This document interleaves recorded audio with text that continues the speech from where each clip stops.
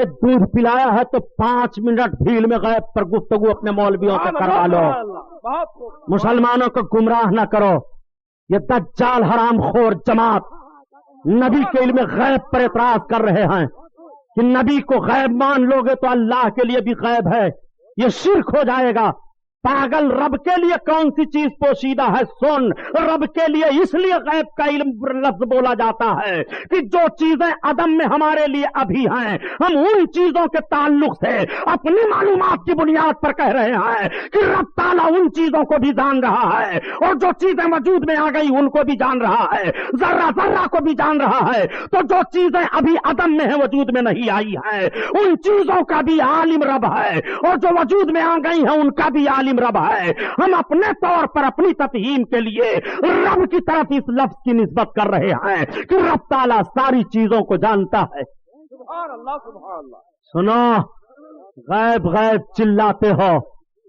نبی کو غیب ہے کہ نہیں ہے؟ غیب ہے کہ نہیں ہے؟ آؤ سنو، اٹھاؤ قرآن پاک کا 10واں پارہ، سبحان اللہ. سورہ توبہ، اس کا 13واں رکوع. اللہ کے حبیب صلی اللہ تعالی علیہ وسلم کے صحابہ جب لشکر کشی کر کے آگے بڑھنے لگے روم کی طرف، تو 2 صحابی ایسے تھے، 2 یا 3 تھے، اس میں کہنے لگے کہ بتاؤ محمد کا خیال یہ ہے کہ ہم ملک روم پر غالب آ جائیں گے. آقا کریم صلی اللہ علیہ وسلم کے خیال کو ہلکا سمجھا، آپس میں باتیں کر رہے ہیں. رب تعالیٰ نے آیت نازل فرما دی، لا تعتذروا قد کفرتم بعد ایمانکم. بہانے نہ بناؤ، تم ایمان لانے کے بعد کافر ہو چکے. جب یہ آیت کریمہ نازل ہوئی تو سرکار نے بلایا، آؤ ادھر، کیا کہہ رہے تھے تم لوگ راستے میں؟ تو عرض کرتے ہیں یا رسول اللہ ہم کچھ نہیں کہہ رہے تھے سرکار، ہم صرف راستہ کاٹنے کے لیے. یا رسول اللہ ہم نے صرف اتنا ہی کہا تھا کہ رسول اللہ صلی اللہ علیہ وسلم کا خیال ہے کہ ہم ملک روم پر غالب آ جائیں گے. آقا کریم صلی اللہ علیہ وسلم ارشاد فرماتے ہیں اب تم بہانے نہ بناؤ. یہ دیکھو آیت نازل ہو چکی ہے، لا تعتذروا قد کفرتم بعد ایمانکم. ایمان لانے کے بعد تم کافر ہو چکے. علم غیب مصطفیٰ کو ہلکا سمجھا تھا تو رب تعالیٰ قرآن میں آیت نازل فرما رہا ہے کہ تم میرے محبوب کے علم پاک کا انکار کرو گے. اگر تم ایمان والے تھے مگر اب بے ایمان ہو چکے ہو، اب کافر ہو چکے ہو، بہانہ نہ بناؤ. یہیں سے پتا چلا کہ اگر ایمان والا ہے کوئی اور نبی کی شان میں ذرہ برابر توہین کرے گا تو بے ایمان ہو جائے گا. سرکار کی شان میں ذرہ برابر بھی ایک کلمہ کہے گا توہین کا تو اس کا ایمان چلا جائے گا. اور عرض کروں ایک بات، حضرت عیسیٰ علیہ الصلوۃ والتسلیم کو پیغمبر سب مانتے ہیں نا. حضرت عیسیٰ پیغمبر علیہ الصلوۃ والتسلیم کا حال یہ تھا کہ اگر کوئی کچھ کھا کر کے آتا تو آپ بتا دیتے، اور گھر میں چھپا کر کے آتا تو آپ بتا دیتے. یہ قرآن میں رب ارشاد فرماتا ہے کہ عیسیٰ تم کو خبر دے رہے ہیں جو تم کھا کر کے آ رہے ہو ان چیزوں کی بھی، اور جو تم اپنے گھروں میں چھپا کر آ رہے ہو ان چیزوں کی بھی. تو حضرت عیسیٰ علیہ السلام کے لیے غیب مانو اور نبی کے لیے غیب تسلیم کرو تو مشرک ہو جاؤ گے. حضرت عیسیٰ علیہ السلام کو اگر یہ انکار کر دو کہ وہ چھپی ہوئی چیزوں کو نہیں بتا پاتے تھے تو تمہارا اسلام میں داخلہ ہی نہیں رہے گا. نادان حضرت عیسیٰ علیہ السلام کے لیے اگر تو یہ مان لے تو تیرا داخلہ اسلام میں نہیں رہے گا. اور تو پیغمبر کا کلمہ پڑھتے ہوئے پیغمبر کے لیے جب یہ ذہن رکھے گا کہ نبی کو غیب کا علم نہیں تھا تب تو اسلام میں کیسے رہ جائے گا. اور سنو، نبی کونین صلی اللہ تعالی علیہ وسلم کے علم پاک کی بات چلی ہے. میرے سرکار کو علم غیب کیسے کیسے حاصل ہے؟